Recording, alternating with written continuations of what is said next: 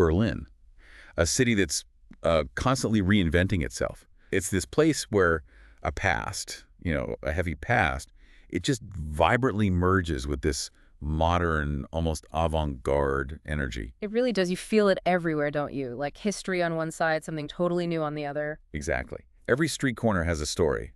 But even the new buildings, somehow, they hold a memory. So today, we're giving you a kind of shortcut to understanding what Berlin's really all about.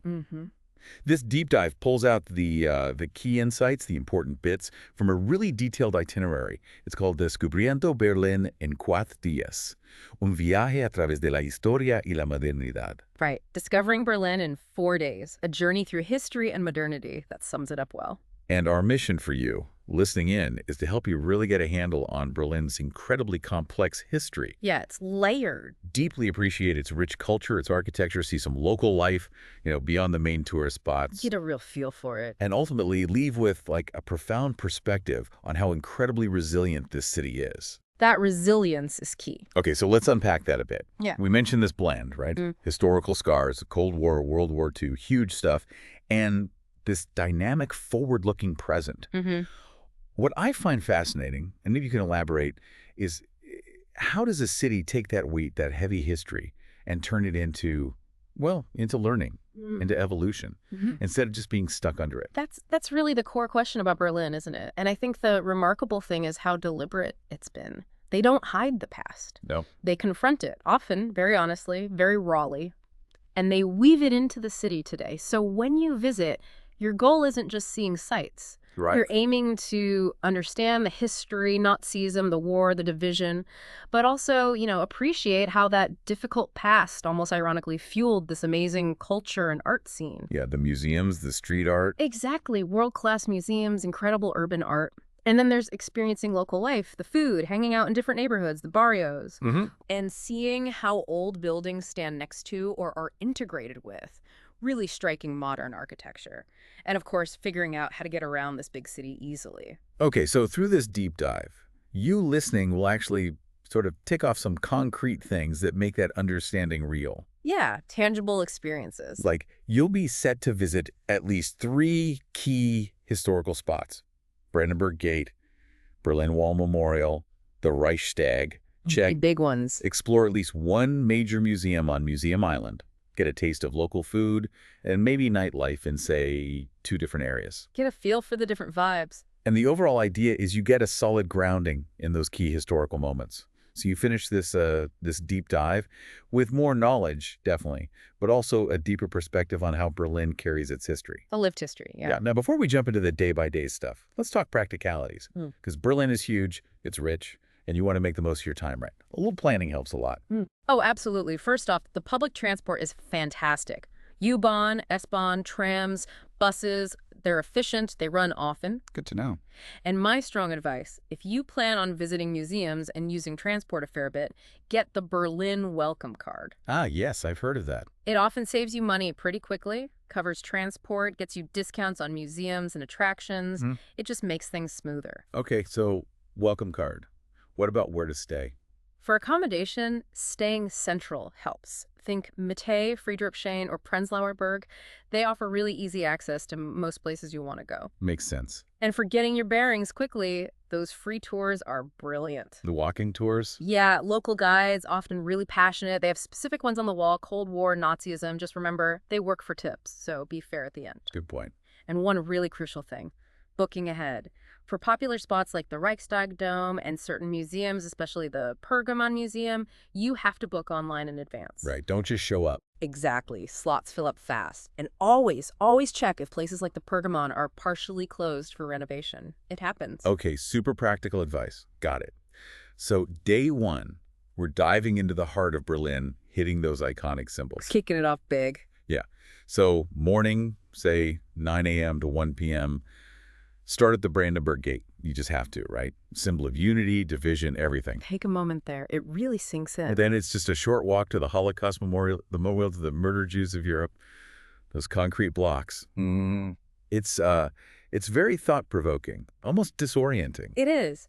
And it's striking how Berlin uses these spaces, isn't it? The Holocaust Memorial isn't like a statue telling you what to feel. No, it's abstract. Exactly. It forces you to interact, to reflect personally. That's powerful. And then if you've booked ahead seriously, book ahead. We keep saying it. The Reichstag. That glass dome is amazing. Great views, obviously, but also seeing into the parliament below, it connects past and present democracy right there. Okay, lunchtime, maybe 1 p.m. to 2 p.m. Options around Brandenburg Gate or Potsdamer Platz? Plenty. You can find traditional German Imbiss stands for something quick and authentic. Currywurst, maybe? Ah, classic Berlin. Then the afternoon, 2 p.m. to 6 p.m. Bit of green space, a bit of modern architecture. Yes, a stroll through Tiergarten. It's Berlin's huge central park, its green lung. Head towards the Victory Column, the Siedsäule. Climb it for another great city view. Okay. And after that, explore Potsdamer Platz. Check out the modern architecture, the Sony Center. Now, Potsdamer Platz is interesting, isn't it? Because it wasn't always like this. Not at all. That's what's fascinating. During the Cold War, this was basically a wasteland, a huge empty space right by the wall. Wow. So its current, look, all this modern architecture isn't just rebuilding, it's a total reimagining, turning this scar into a vibrant, futuristic hub. It's Berlin's reinvention in a nutshell. A physical symbol of that resurgence. Precisely. Moving past the scars, creating something new and energetic. And then wrap up day one with dinner. Potsdamer Platz. Or back in the Mitte, maybe. Yeah, plenty of choices in both areas, from casual spots to something a bit fancier. Loads of options. Okay, day two. The focus shifts now, right? Yeah. To the wall, the Cold War. Some heavier history. Definitely. Stories of division, but also resilience and, well, tyranny, too. So morning 9 a.m. to 1 p.m. You're suggesting starting at the East Side Gallery. Absolutely. It's the longest remaining stretch of the wall, and it's covered in art. It's basically the world's longest open-air gallery. Those murals are famous. They're incredibly powerful. Take your time. They're direct messages from artists about hope, politics, freedom from that time. Then cross the Oberbromberg Bridge. Great views from there, too. Okay. And then head to Checkpoint Charlie. The famous border crossing.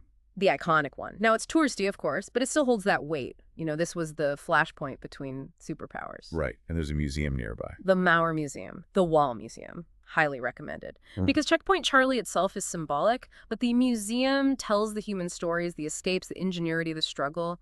Really brings it home. Lunch then, 1 p.m. to 2 p.m., maybe Kreuzberg, near Checkpoint Charlie. Yeah, Kreuzberg is right there. Loads of diverse food options. Or grab something near the checkpoint. And the afternoon, 2 p.m. to 6 p.m. This sounds intense. Topography of terror. It is intense but essential. It's an outdoor and indoor museum on the actual site of the former Gestapo and SS headquarters. The nerve center of Nazi terror. Exactly. It's crucial for understanding the sheer barbarity of the regime. It doesn't shy away. And then the Berlin Wall Memorial. Gedenkstätte Berliner Mauer. Yes. This is different from the East Side Gallery. It's a preserved section of the death strip with watchtowers, exhibitions, and an observation deck. It really helps you grasp the physical reality of division, the human cost. So these sites, they're vital for reflection, aren't they? Absolutely vital. And, it makes you think, how does Berlin present this incredibly difficult past so effectively without it feeling, I don't know, sensationalized? That's a good question. What do you think? I think it's the honesty. The focus on facts, on personal stories, on the authentic locations. It feels like an active lesson, not just looking at museum pieces. It forces reflection on tyranny, on conflict, on freedom. Yeah, I agree. It feels like they let the sites and the stories speak for themselves. Very soberly, it makes you confront it directly. Okay, so after a profound afternoon, ending day two, dinner may be in Kreuzberg? Yeah, perfect choice. Kreuzberg is known for its multicultural vibe, its vibrant alternative bars, amazing food, especially Turkish and Vietnamese, a real slice of modern, diverse Berlin after a day focused on the past. Sounds like a good contrast. All right, day three, we pivot, right? Yeah. Towards culture, architecture. Exactly. Showing another side of Berlin, equally important. Morning, 9 a.m. to 1 p.m. is all about Museum Island. A UNESCO World Heritage Site. So much there. So much. You really have to choose maybe one or two museums based on your interests, otherwise it's overwhelming. So what are the highlights?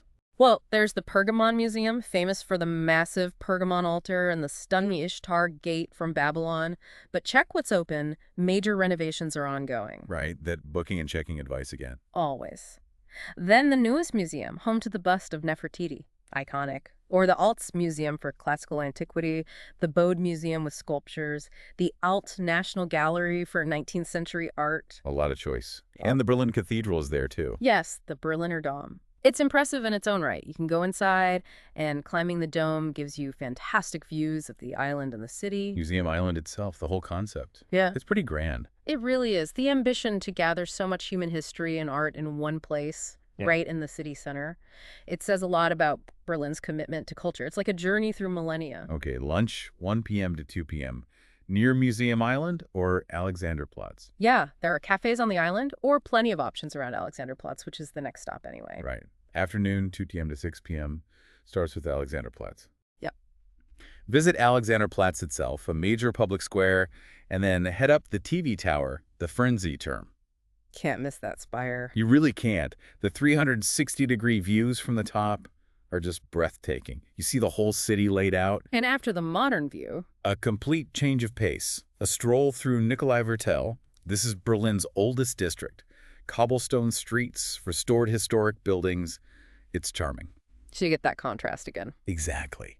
Alexanderplatz, the big, modern, socialist-era hub, and then suddenly you're in this almost medieval feeling quarter. It shows how Berlin layers its history, preserving these pockets of the past alongside the new. It's like stepping back in time, just a short walk away. Precisely. A deliberate act of remembering, not just rebuilding. And to finish day 3, dinner in Prenzlauer Berg. Highly recommended. Prenzlauer Berg is lovely. Tree-lined streets, lots of independent cafes and boutiques, a really lively but relaxed nightlife. Great place to unwind and soak up the contemporary Berlin vibe. Okay, that sounds like a really full and varied day. Now, day 4. We've got options here, right? Yeah, we built in 2 distinct paths for the final day, depending on what you want to prioritize. Deeper historical reflection or exploring a bit further afield. Let's start with option A, deepening historical memory. This one is recommended. It is, though it's intense. The morning, 9 a.m. to 1 p.m., involves a visit to the Sachsenhausen concentration camp memorial. It's just outside Berlin. Okay, how do you get there? You can take an organized tour, which often provides valuable context, or just hop on the S-Bahn train to Oranienburg. It's quite straightforward. And the visit itself. It's deeply moving and incredibly important for understanding the full horror of the Holocaust. Sachsenhausen was a key camp, a model for the SS.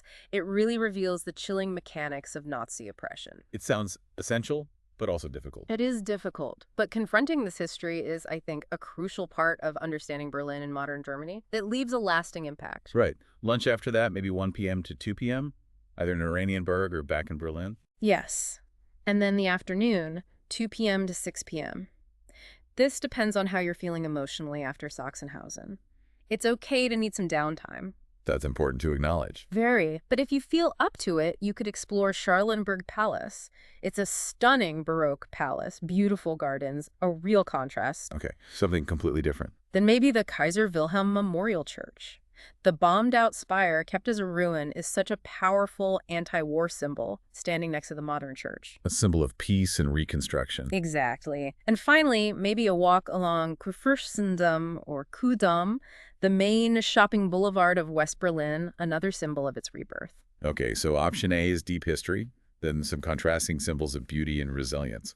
What's option B? Option B is a royal escape to Potsdam. This is basically a full day trip, 9 a.m. to 6 p.m. Potsdam, the city just outside Berlin. That's the one. It's a UNESCO World Heritage Site itself, famous for its palaces and parks. A totally different vibe from Berlin. What are the must-sees there? The absolute highlights are Sanssouci Palace and its incredible park. This was Frederick the Great's summer escape, Rococo style, really beautiful. Sounds grand. And then Sicilienhof Palace. Looks more like an English manor house, but historically huge. It's where Truman, Stalin, and Churchill, later Attlee, met for the Potsdam Conference in 1945. Wow, where post-war Europe was shaped. Pretty much. Fun. And Potsdam is super easy to reach by S-Bahn or regional train. Makes for a great, historically rich day trip if you want a break from the city center. Okay, 2 really distinct, compelling options for day 4. Now, thinking about this whole 4-day journey, are there any potential challenges people should be aware of, just to make things run smoother? Good point. A few things come to mind. First, time management. Berlin is sprawling. Yeah, we said it's huge. So planning your routes, maybe grouping sites that are close together, using that public transport efficiently, it's key to not feeling rushed or exhausted. Makes sense. What else? The emotional side. Visiting places like the Holocaust Memorial, Topography of Terror, or especially Sachsenhausen. It's heavy. Right. Be prepared for that. Yeah, be prepared. It's okay to feel overwhelmed. Give yourself space to process. Maybe don't pack too much in immediately afterwards. Good advice. Language? Language, yeah. Look, many Germans speak excellent English, especially younger people and those in tourism. You'll likely get by fine. Right. But learning a few basic German phrases, Guten Tag, hello, danke, thank you, bitte, please, you're welcome, it goes a long way. Shows respect, enhances interactions. Always a good idea. Climate. Variable, especially if you're not there in high summer. Layers are your friend. Be ready for potential rain. Have comfy walking shoes. You'll do a lot of walking. Definitely. And one last thing. Just reiterating the booking and checking ahead thing. Yeah. Accessibility, opening times, renovation closures, particularly for places like the Perdaman. Double-check websites before you go to avoid disappointment. Crucial. Okay, so wrapping this up, this 4-day deep dive, it really feels like a complete immersion in Berlin's contrasts, doesn't it? It really does. From that deep, sometimes somber history to the incredible cultural life, the art, the modern energy. You'll have walked through history, literally, connected with the art scene, felt that resilience we keep mentioning. Yeah, you'll definitely leave with a lasting impression. Each day kind of peels back another layer of this fascinating city. It's educational, yes, but also really inspiring, I think. Connecting those historical dots, seeing how the past informs the present. Exactly. Mm-hmm. It makes the visit much more meaningful than just ticking off sites. So maybe a final thought for our listeners to mull over. Considering Berlin's incredible story, this constant reinvention, what lessons about resilience, maybe about transformation, do you think this city offers? Lessons that might apply elsewhere, or, even in our own lives? That's a big question to end on. Food for thought, definitely.